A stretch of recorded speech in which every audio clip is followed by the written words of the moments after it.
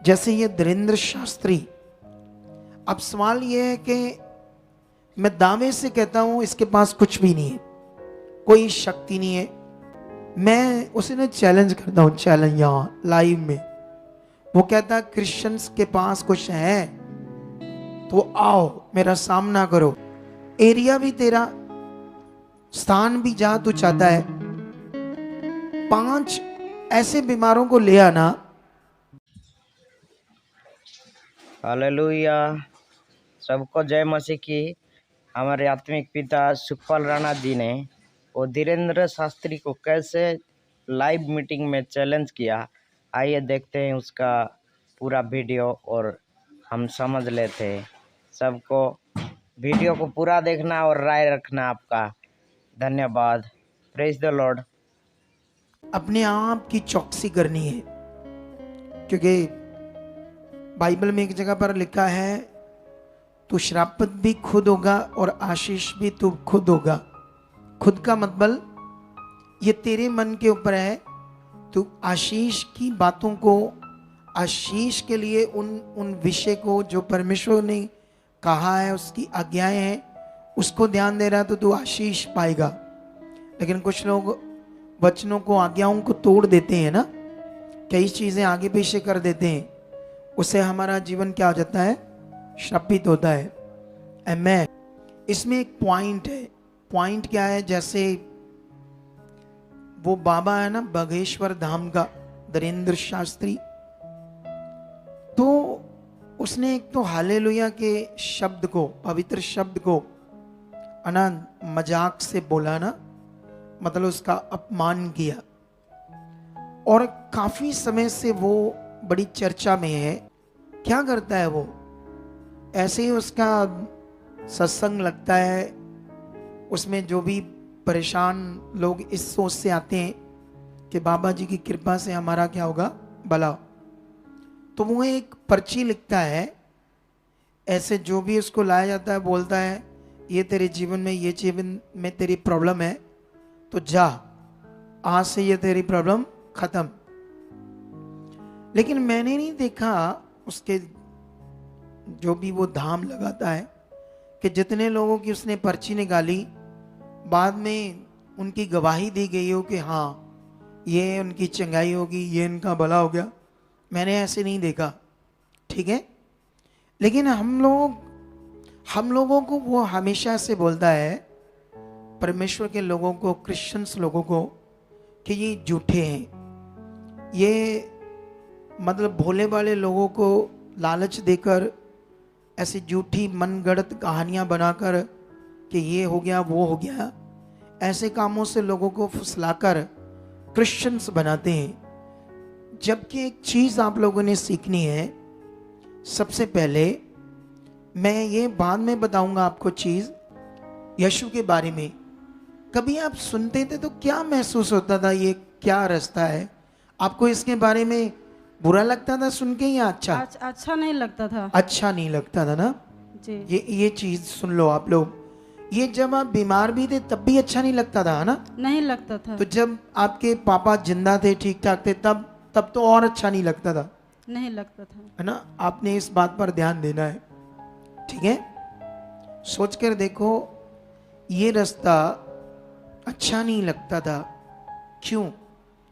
क्योंकि जो धर्म के ठेकेदार होते हैं वो लोग उन लोगों के दिमाग में ना गलत शिक्षा, गलत चीज़ें, नफरत की चीज़ें ऐसी बोल बोल के उनके दिमाग में डालते हैं। और ये नेगेटिविटी से, किससे है?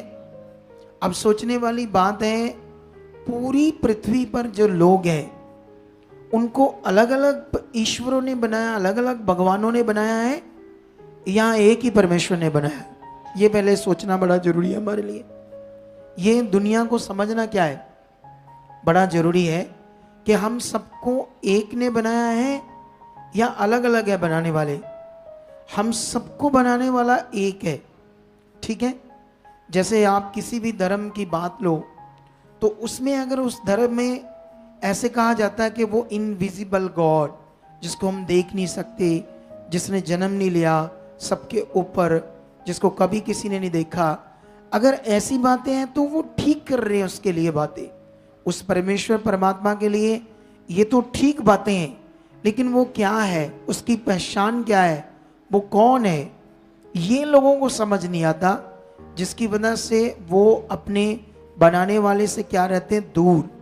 और जो अपने बनाने वाले से दूर रहेगा उसकी ज़िंदगी, जैसे इन लोगों की ज़िंदगी इतनी बुरी, 2000 किलोमीटर दूर से, ये ऐसा नहीं कि इधर प्रार्थना करवा कर गए तब ठीक हुए, ये ऑनलाइन ठीक हुए। ना कभी मैं मिला, ना मुझसे बैठे, ना टीम से बैठे, परमेश्वर ने इनकी जिंदगी में ऑनलाइन काम किया, सोच कर देखो। और ये इतनी दूर से क्या करने आए यहाँ, अपनी टेस्टमनी देने आए, अपनी गवाही को देने आए कि वो सर्वशक्तिमान परमेश्वर ने हमारे जीवन को भला किया, बदला है।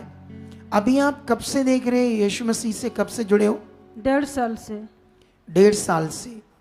अभी आप इस मिनिस्ट्री को कब से देख रहे हो? 1.5 साल से देख रहे हैं। अच्छा, 1.5 साल से देख रहे हो ऑनलाइन। जी और ऑनलाइन आपका छुटकारा हो गया ना? जी।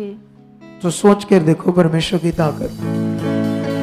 अब ना कभी बैठे, ना हमने कभी बात की, ना कुछ पॉइंट समझाए, ऑनलाइन सुनते सुनते इन्हें समझ आ रही परमेश्वर कौन है। यहाँ बड़ी बड़ी टेस्टमनी, बड़ी बड़ी गवाहियाँ सुनकर इनका विश्वास बढ़ता गया यीशु के प्रति। और उसके बाद जब प्रार्थना होती है ऑनलाइन भी बीमारों के लिए, उसको इन्होंने रिसीव किया और आज अपनी इतनी दूर से आकर गवाही देने आए। तारीफ करो इस बड़े काम के लिए। जो मैं पहले बात कर रहा था कि हम सब एक परमेश्वर है सर्वशक्तिमान, सब कुछ उसने बनाया। क्या बनाया है? सब कुछ उसी ने बनाया है। सब कुछ उसने बनाया, ठीक है। एक बात याद रखना, लेकिन हर जो इंसान इस पृथ्वी पर पैदा हुआ है वो किसका बनाया हुआ है? उस परमेश्वर का, ठीक है। लेकिन उस परमेश्वर के बारे में उसे जानना, उसके साथ मिलाप करना, यही उद्धार है, यही मोक्ष है। लेकिन बाइबल में एक जगह पर एक वचन है, मैं आपको पढ़ाता हूं। ये बड़ा विषय है समझने के लिए। जैसे ये धीरेन्द्र शास्त्री, अब सवाल ये है कि मैं दावे से कहता हूं इसके पास कुछ भी नहीं है, कोई शक्ति नहीं है, ये ढोंगी है और एजेंसियों का प्लांट किया हुआ एक बंदा है, ठीक है। मैं उसे ना चैलेंज करता हूं, चैलेंज यहां लाइव में। वो कहता है क्रिश्चियंस के पास कुछ है तो आओ मेरा सामना करो, दिखाओ कोई शक्तियां हैं आपके पास।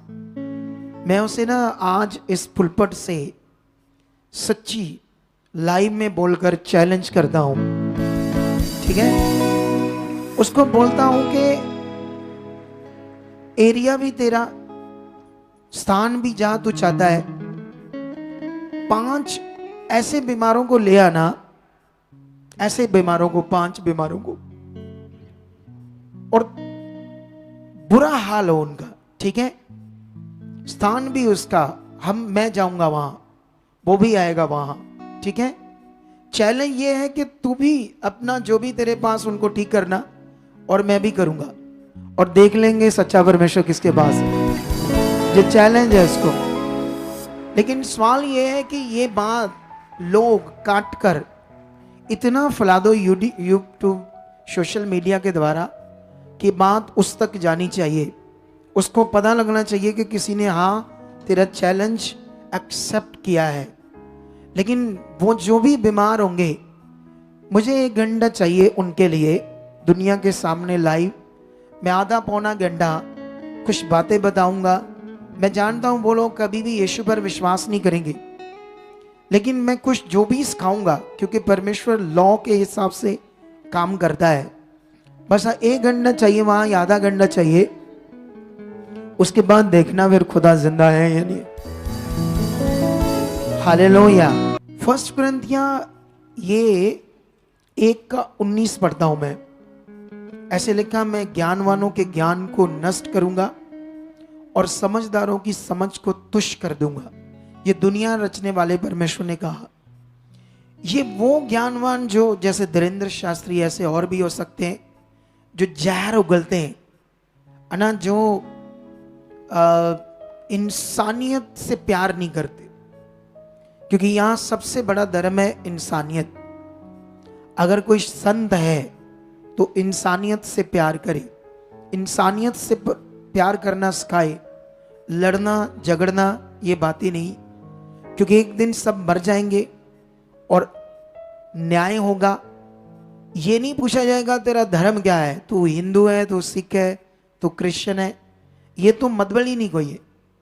मतलब तो ये है सिर्फ कि तूने इस शरीर को लेकर, जीवन को लेकर परमेश्वर की इच्छा में क्या चला, तूने इस पृथ्वी पर कितना गलत किया, कितनी चीजें रॉन्ग की। अंडरस्टैंड? हमारा न्याय होगा।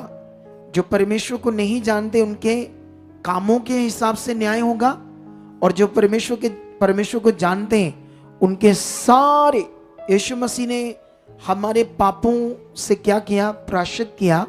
आप कितने भी पापी क्यों नहीं, जब आप यीशु मसीह में आते हैं सारे पाप क्या हो जाते हैं? क्षमा हो जाते हैं। हालेलुया।